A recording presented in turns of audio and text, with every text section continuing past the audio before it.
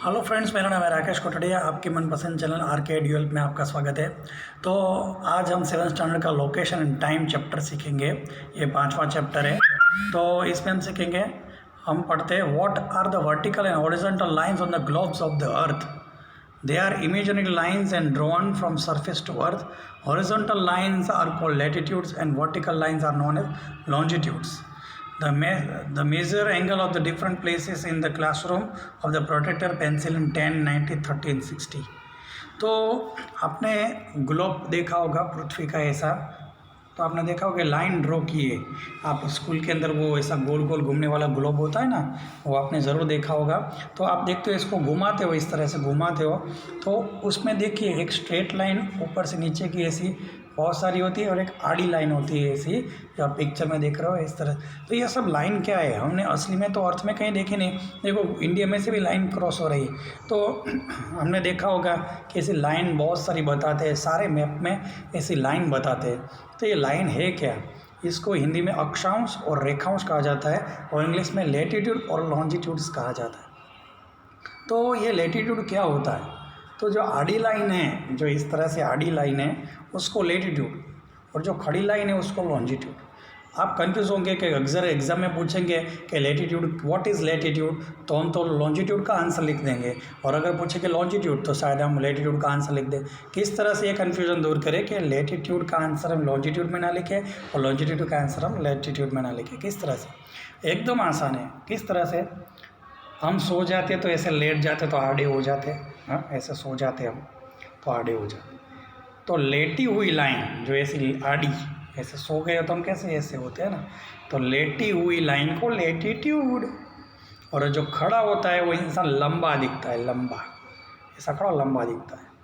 तो लॉन्ग, इंसान के साथ लॉन्ग लंबा, तो ऐसी लंबा खड़ा रहे तो लॉन्जिट्यूड। तो मतलब ऐसी लाइन है लॉन्ग तो लॉन्जिट्यूड, और ऐसी लाइन हो तो लेटे हुई लाइन को लैटिट्यूड कहते हैं, simple.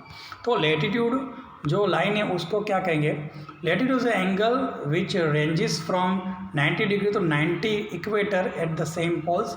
Line latitude run east to west the circle to parallel to equator.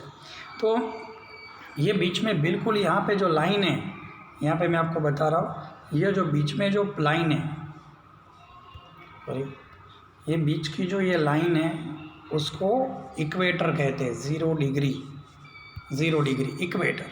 तो ये पूरी पृथ्वी के 2 पार्ट करता है। असल में रियल ऐसी लाइन है ही नहीं, ये काल्पनिक रेखा है, इमेजिनरी लाइन है। लेकिन उसके ऊपर की जो बढ़ती जाती है 0, अगर इसके ऊपर 2, 3, 4, 5, 6, तो इस तरह से इसके ऊपर 2, 3, 4, 5, 6, 7, 8, 9, 10, तो यहाँ पे ऊपर जाके 90, 90 होता है। इसी तरह से नीचे यहाँ से 0 से स्टार्ट किया, 1, 2, 3, 4, 5, 6, 7, 8, 9, 10, यहाँ पे भी 90 होता है। तो 90 क्या है, तो ये नॉर्थ पोल है और ये नीचे साउथ पोल है। तो ये नॉर्थ पोल और ये साउथ पोल, तो बिल्कुल अर्थ में 0, 0। तो अगर आपको बोले कि 25 नॉर्थ, तो यहाँ से आप स्टार्ट होते हैं तो यहाँ पे 25 नॉर्थ आता है, 25 नॉर्थ। और अगर आपको बोले 25 साउथ, तो यहाँ पे 25 साउथ बनता है।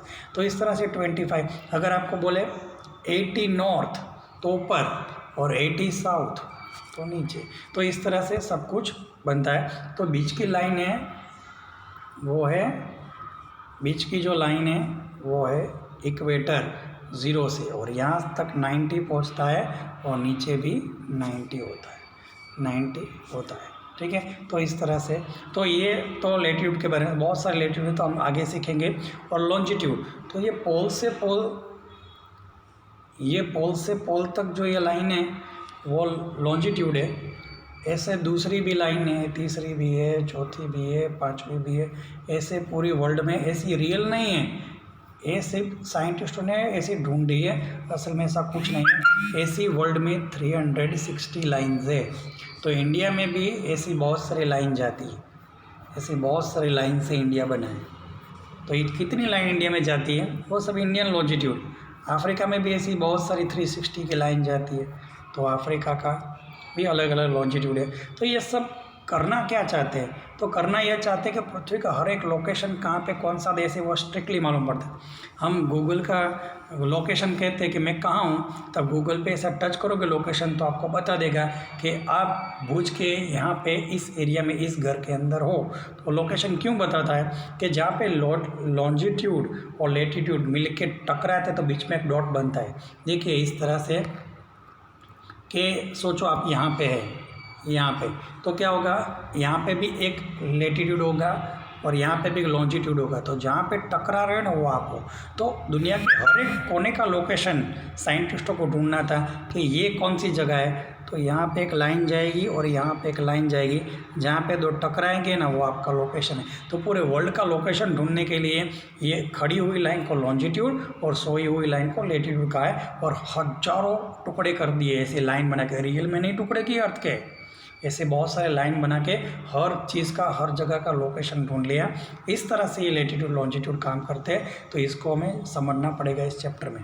तो अगर कुछ भी समझ में ना हो तो रिवाइंड करके देख लो, और इसके बाद जो वीडियो बनेगा वो थोड़ा डिटेल में होगा तो आपको समझ में आएगा। नेक्स्ट वीडियो में डालूंगा। तो आपको अगर नेक्स्ट वीडियो चाहिए तो RK Edu Help ऐसा लिख के part chapter number 5 SST standard 7 और पार्ट 2 ऐसा लिखोगे तो नेक्स्ट वीडियो मेरा मिल जाएगा। और ये चैनल मेरी चैनल RK Edu Help को आप सब्सक्राइब भी कर सकते हो। सुनने के लिए थैंक यू। जय गुरुदेव।